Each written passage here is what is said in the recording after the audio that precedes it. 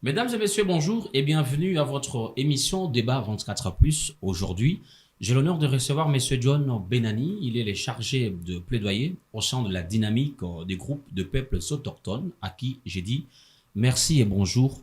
Bonjour, Monsieur Henri. En face de lui, de Monsieur John Benani, on a Madame Nadine Mutombo. Elle est de l'ONG Espoir pour tous, chargée de l'organisation et des questions électorales. Merci d'avoir répondu à notre invitation, madame. Merci, bonjour, monsieur Henri. Avant de commencer cette émission, vous le savez certainement que l'ONG Espoir pour tous a organisé une pré-table ronde sur la participation et l'inclusion de peuples autochtones au processus électoral. Nous prenons ces reportages et puis on revient dans ces studios. Ils viennent des différentes plateformes étatiques et non étatiques afin de réfléchir sur les outils à produire pour la table ronde sur la participation et l'inclusion de peuples autochtones au processus électoral, nous explique Lik Loutala, président de l'ONG Espoir pour tous. Vous savez qu'il y a toute la question des peuples autochtones pygmées chez nous. Et puis, il y a la loi 0022/0033 qui va entrer en vigueur à la date du 14 février de cette année. Donc, c'est demain déjà. Et il était très important pour nous de réunir les parties prenantes pour réfléchir, non seulement dans le cadre de la loi, du projet que nous animons sur la participation, l'inclusion des peuples autochtones pygmées au processus électoral, mais aussi réfléchir un peu sur les mesures de mise en application de cette loi-là. Et donc, il était très important de réunir les différentes parties prenantes pour un tout petit peu se mettre déjà en chantier et préparer de manière très concrète comment est-ce que les parties prenantes vont accompagner le gouvernement à mettre en œuvre cette loi qui est un véritable défi. Des participants apprécient la qualité des débats et des échanges dans le panel. Les cas de John Benani, membre de la dynamique et des groupes de peuples autochtones. Par rapport à le contexte actuel de cette pré-table ronde, nous sommes en train de voir comment élaborer les propositions de mesures d'application qui seront comme les outils de plaidoyer auprès des instances de prise de décision. Donc, je suis en train de participer en tant qu'acteur principal. Je suis impliqué dans un groupe où je suis en train de conduire les travaux, des réflexions avec des juristes. Et je comprends que nous sommes dans la logique, dans la vision de cette loi, mais cela n'est pas encore fini, parce qu'il reste un grand travail à faire. Normaliser la vie des peuples autochtones au processus électoral, les soucis du député national Rachidi Boukanga Rubin.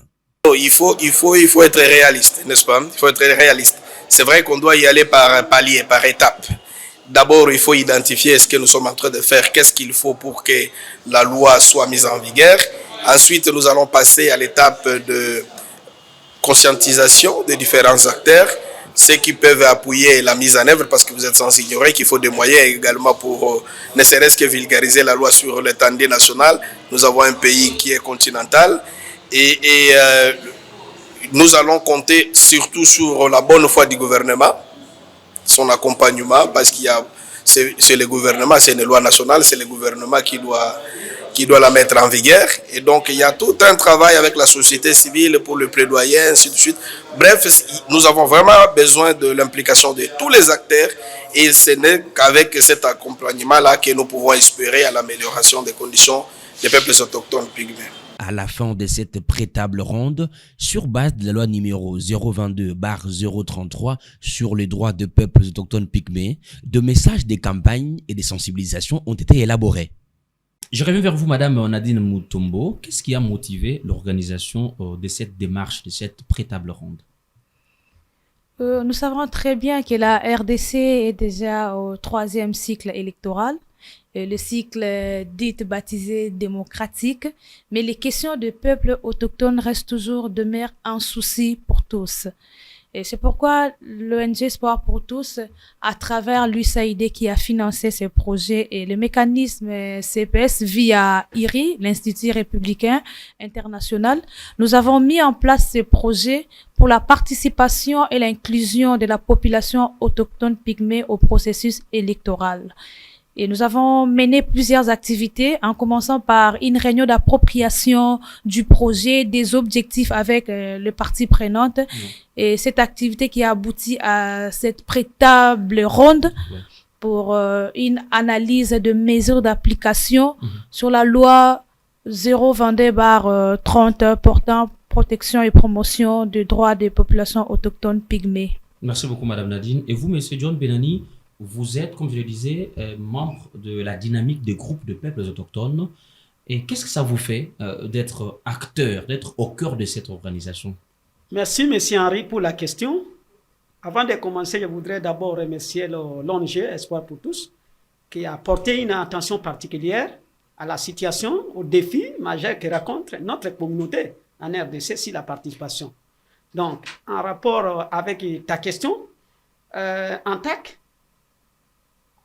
ressortissant de la communauté autochtone pygmée, en TAC, chargé de plaidoyer au sein de l'organisation dynamique des groupes de peuples autochtones, ça me fait déjà un honneur de participer comme acteur principal au centre de l'activité de l'espoir pour tous. Donc, ce qui montre que c'est une inclusion, une participation vraiment dans la mise en œuvre de ces projets. Madame Nadine Mutombo, quelles sont les différentes problématiques abordées lors de cette pré-table ronde? Lors de cette pré-table ronde, nous avons présenté la feuille de route sur la mise en œuvre de l'application de la loi 022/30.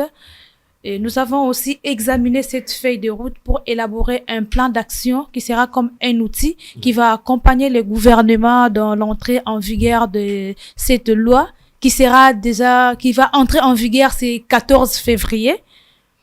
C'était ça les problématiques, et nous avons aussi travaillé sur le message des campagnes de sensibilisation. Nous allons y revenir sur le message de sensibilisation. Monsieur John Benani, vous étiez à la tête d'une commission. Parlez-nous de cette expérience. Bon, j'ai été très content de constater que j'ai été désigné d'une manière démocratique en tant que président de la commission pour réfléchir autour des mesures d'application, autour des ordres, des arrêtés, autour des décrets comme outil de plaidoyer. Donc, j'ai participé, j'ai conduit le groupe, la commission qui a réfléchi sur les drafts à produire qui seront validés lors de la table ronde qui sera organisée du 21 au 24 du mois de février. Donc voilà, j'étais comme un acteur principal pour conduire la commission. Et justement, Madame Nadine Mutombo, à votre avis, quels sont les objectifs prioritaires de cette pré-table ronde? Sont-ils atteints, les objectifs, selon vous? Oui, je dirais oui, parce que les participants ont vraiment réfléchi sur le mesure d'application de cette loi. Ils ont produit un plan d'action et qui vont utiliser comme outil pour accompagner les gouvernements dans cette mise en œuvre de cette loi. Parce que sans l'accompagnement de parties prenantes, ça sera difficile, vraiment difficile. Je dirais que nous sommes vraiment satisfaits parce que nous sommes sortis de cette pré-table ronde avec les outils que nous attendions, et je dirais que l'objectif a été atteint de notre côté, et je pense aussi pour les participants. Et c'est justement la question que je pose à M. John Benani. En tant que représentant de peuples autochtones pygmées, est-ce que vous vous sentez impliqué? Oui, Monsieur Henri. Donc, mon implication est totale parce que j'ai été impliqué d'abord dans le premier atelier sur l'appropriation. Nous étions avec les honorables qui étaient dans la commission qui avait réfléchi sur le processus de cette loi. Donc, au début de l'atelier d'appropriation, j'étais comme acteur principal. À l'organisation de la table ronde, j'étais comme acteur principal, notamment président d'une commission. Donc, je me sentais que vraiment, en tant qu'acteur, en tant que leader de la communauté autochtone en RDC, donc l'implication, l'appropriation de ces projets que conduit notre organisation Espoir pour tous, vraiment tient compte de notre implication. Madame Nadine Mutombo, est-ce que vous avez de premiers résultats de cette pré-table ronde? Oui, nous avons le premier résultat de ces pré-table ronde parce qu'il y a un réseau qui a été déjà mis en place et il y a le message présenté, validé et adopté par le parti les participants. Et il y a aussi un plan de plaidoyer qui a été déjà élaboré. Alors, je reviens vers vous, monsieur John Benani. Quel message porteriez-vous aux différents participants de la table ronde? Monsieur Henri, la première des choses, je voudrais remercier toutes les parties prenantes qui étaient vraiment présentes ces jours lors de la pré-table ronde. Donc, mon problème, le message que je voudrais vraiment lancer auprès de ces participants ou bien auprès de ces parties prenantes, de s'approprier les résultats de cette table ronde. Et puis de diffuser et de faire le plaidoyer auprès des institutions étatiques, auprès des organisations internationales pour appuyer la mise en œuvre de la loi. Donc, c'est le message que je voudrais lancer aux parties prenantes qui s'approprient les résultats de notre pré-table ronde et qui diffusent, qui soient comme interlocuteurs auprès des institutions de l'État, auprès des organisations internationales pour mobiliser la communauté, les parties prenantes aussi pour appuyer la mise en œuvre de la loi. Comme je disais, la question posée à Madame Nadine Mutombo, à la fin de cette pré-table ronde, de messages de sensibilisation ont été élaborés. Est-ce que ces messages traduisent, à votre avis, la vraie réalité de peuple autochtone ou le vrai besoin? Oui, effectivement, ces messages, ce sont des résultats des travaux de commission. Je prends par exemple, on a parlé de cooptation des chefs coutumiers autochtones pygmées, qui sont aussi des chefs traditionnels, qui n'ont jamais été cooptés. Parce qu'il y a aussi des chefs coutumiers autochtones qui veulent aussi participer dans la gestion de la chose publique. Mais on ne les a jamais cooptés. Je prends par exemple les messages comme approcher les centres d'enrôlement auprès des villages et campements autochtones. Parce qu'il y a toujours un défi majeur par rapport à l'enrôlement des peuples autochtones. Il y a de ceux qui habitent les campements, les milieux vraiment non accessibles. Donc, comme on a formulé les messages qui concernent la CENI, pour approcher les centres d'enrôlement auprès des peuples autochtones, ça c'est vraiment un message qui cadre avec les besoins des peuples autochtones. On a aussi formulé un message des femmes et jeunes autochtones dans l'implication du processus électoral. C'est un besoin aussi. Donc voilà, il y avait beaucoup de messages, mais j'ai cité quand même quelques-uns de ces messages qui sont vraiment les besoins de la communauté par rapport au processus en cours. Madame Nadine Mutombo, est-ce que le message traduit la réalité quotidienne des peuples autochtones pygmées? Oui, je dirais oui, parce que lorsqu'on élaborait ces messages, on a travaillé en carrefour qu'on appelait World Coffee. Chaque participant devait passer sur chaque message pour voir si le message présenté s'est référé aux besoins des peuples autochtones. Parce que dans ces projets, les premiers bénéficiaires, c'est les peuples autochtones. Voilà. Si les messages ne rencontrent pas le besoin de la population autochtone, en tout cas, ce projet n'aura pas vraiment son vrai sens. Nous avons pensé à ça et vous allez remarquer dans les participants, il y a plus les structures défenseurs des droits des populations autochtones et même les populations autochtones étaient représentées à travers ces structures-là. Et comme nous avons M. Benani qui est en face de moi, il est aussi peuple autochtone, il a représenté une structure, il a tenu compte de besoins réels de la population autochtone. Donc, je vais revenir vers vous, Madame Nadine, pour que vous puissiez peut-être nous lire certains messages de sensibilisation que vous avez avec vous. Mais je reviens à vous, Monsieur John Benani. Quel est le message qui a retenu particulièrement votre attention? Il y en a plusieurs, mais lesquels?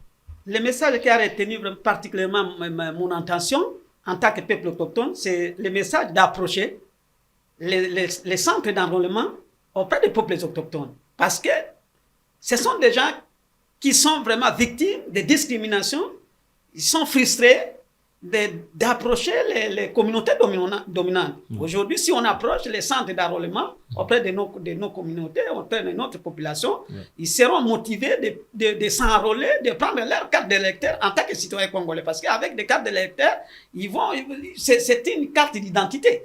Donc, approcher les centres d'inscription, d'enrôlement auprès des communautés, auprès des villages autochtones, non accessibles, ça c'est un message qui a retenu mon attention. Sinon, on risque de les exclure.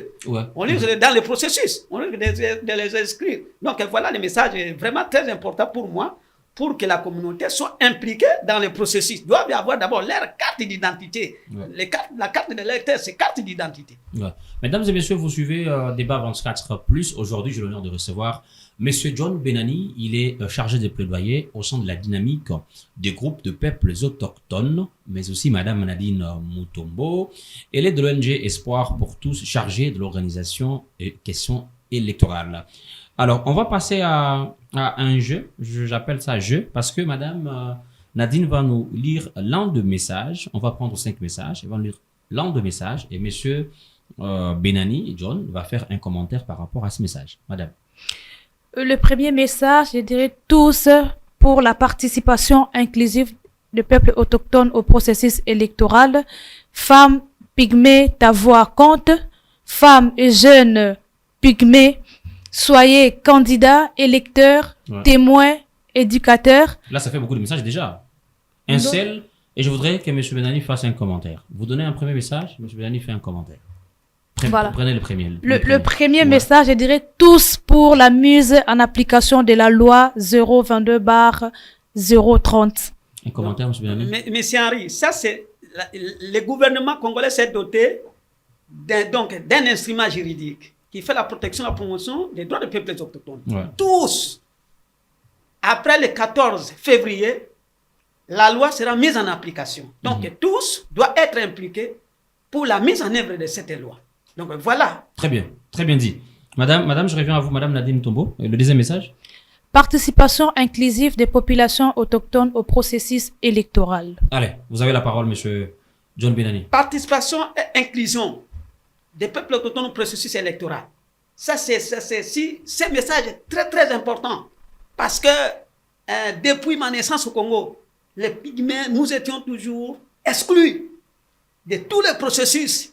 Il n'y a qu'une petite minorité de pygmées qui sont impliqués.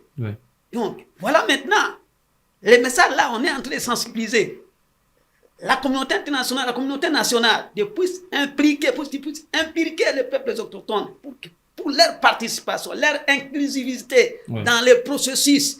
Donc voilà, maintenant, les gouvernements, les partenaires internationaux, les partenaires nationaux, tout le monde doit impliquer, se soucier de l'implication des peuples autochtones dans les processus électoraux. Madame Nadine Mutombo, troisième message. Le bureau d'inscription et bureau de vote proche des populations autochtones. Monsieur John Benani. Oui, voilà, Monsieur Henri. Jamais vu. Je viens de passer 7 ans ici à Kinshasa. C'est ma 7e année. Mais j'ai passé tout mon temps au village. Mais en tout cas, il est difficile de voir des infrastructures socio-communautaires auprès des communautés autochtones. Les écoles sont toujours implantées dans les milieux des communautés dominantes. Maintenant, par rapport au centre d'inscription, donc il est recommandé, si vraiment la communauté nationale, communauté internationale, si vraiment elles veulent que les peuples autochtones soient impliqués dans les processus électoraux en cours, on doit approcher les centres d'inscription, les centres d'enrôlement auprès de ces marginalisés. Moi, je l'avais, les marginalisés, il faut approcher pour qu'eux aussi s'approchent, prennent facilement, participent facilement au processus. Quatrième message. Un programme de sensibilisation aux peuples autochtones. Oui, voilà, parce que s'il n'y a pas de sensibilisation, s'il n'y a pas de mobilisation communautaire, comment les populations seront éveillées pour venir s'enrôler? Comment les populations seront éveillées pour comprendre la loi, la loi qui sera en exécution le 14 février. Donc voilà, il faut mobiliser. Les partenaires peuvent vraiment financer les actions de sensibilisation, les actions de mobilisation communautaire. Donc voilà. Dernier message, madame. Pas de cooptation équitable sans cooptation de chefs coutumiers pygmées. Voilà, par rapport à la cooptation. Ah, vous êtes à l'aise. La Constitution prévoit, la loi électorale prévoit la cooptation des chefs coutumiers. Pourquoi on ne coopte pas les chefs coutumiers pygmées? Voilà. Or, ils sont nombreux. Donc, c'est une exclusion, c'est une discrimination. Ce message doit vraiment être attentif auprès de la CENI, des dirigeants actuels. Donc, la cooptation, parce que c'est volontaire. Il y a des chefs coutumiers qui ont ces ambitions de devenir aujourd'hui les députés nationaux, les députés provinciaux. Mais s'ils veulent, pourquoi ne pas Les les copter voilà. comme on copte les chefs coutumiers que nous voyons aussi à l'Assemblée nationale ou bien aux assemblées provinciales. Donc voilà, c'est un bon message pour moi. Mesdames et messieurs, vous suivez Débat 24+. Aujourd'hui, nous avons l'honneur de recevoir sur ce plateau M. John Benani. Il est chargé de plaidoyer au sein de la dynamique du groupe de peuples autochtones. Il prend parole ici pour représenter le peuple pygmée, voilà, suite à une pré-table ronde organisée par l'ONG Espoir pour tous.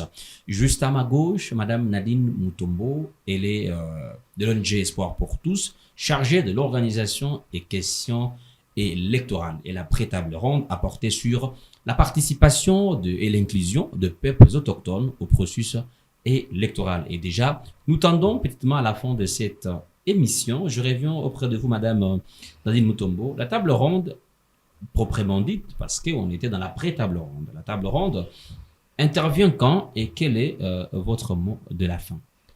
La table ronde, proprement dite, va intervenir du 22 au 24 février de cette année. Et j'ai fait appel aux bailleurs de fonds qu'Espoir pour tous est disponible pour l'accompagnement financier parce que ce projet, c'est un grand projet. Sans l'accompagnement des organisations internationales ou organisations locales, serait difficile pour la mise en œuvre de cette loi et surtout, il faut aussi le savoir qu'après la mise en œuvre, il faut faire le suivi. Oui. S'il n'y a pas de suivi, on fera un travail pour qu'à la fin, on n'ait pas de bons résultats. Aux partenaires, accompagner ces projets. Et à la société civile, je vais rappeler le tout dernier message que la participation de peuples autochtones au processus électoral est l'affaire de tous. Voilà. Merci. Donc ça nous concerne nous tous, c'est pas l'affaire d'une seule partie, mais c'est l'affaire j'ai envie de dire, de toute la République, c'est l'affaire de toute la nation congolaise, et l'affaire de que tu sois peuple autochtone ou pas, que tu sois pygmée ou pas, mais du fait que nous sommes congolais, comme la Constitution le prévoit, nous tous, nous devons nous impliquer. Dernière parole, je vous l'accorde, monsieur John Benani. Avez-vous un mot, un message à l'endroit des Congolais qui vous suivent, mais aussi des peuples autochtones pygmées? Bon, mon dernier mot, monsieur Henri, c'est de remercier votre télévision pour l'importance que vous portez dans cette activité de sensibilisation. Et aussi de remercier l'ONG Espoir pour tous qui a fait le plaidoyer auprès de ses partenaires. Et aussi, les grands remerciements, c'est le gouvernement congolais, le régime en place qui a fait, qui a trouvé l'importance pour promulguer la loi sur les populations autochtones.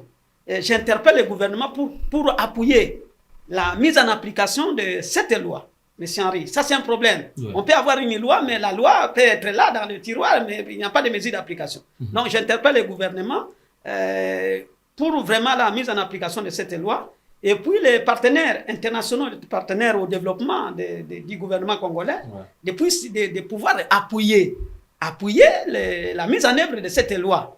Et puis à la CENI de prendre en compte les messages que nous venons de passer ici pour impliquer les populations autochtones dans le processus électoral. Et notamment, mon dernier mot, c'est à l'endroit de ma communauté autochtone. De s'approprier cet outil juridique qui fait notre protection, notre promotion. Donc, à dater du 24, c'est la mise en œuvre. Donc, nous, peuple autochtone, nous devons maintenant ouvrir les yeux, connaître nos droits qui contenus dans la loi. Donc voilà, vraiment j'interpelle mes frères et sœurs pygmées partout où ils sont, qui me suivent. Si vous avez un message en langue, c'est... Oui, donc voilà, ma langue c'est très compliqué, la langue des pygmées. Non, dites-moi. Cette émission sera suivie par plusieurs personnes.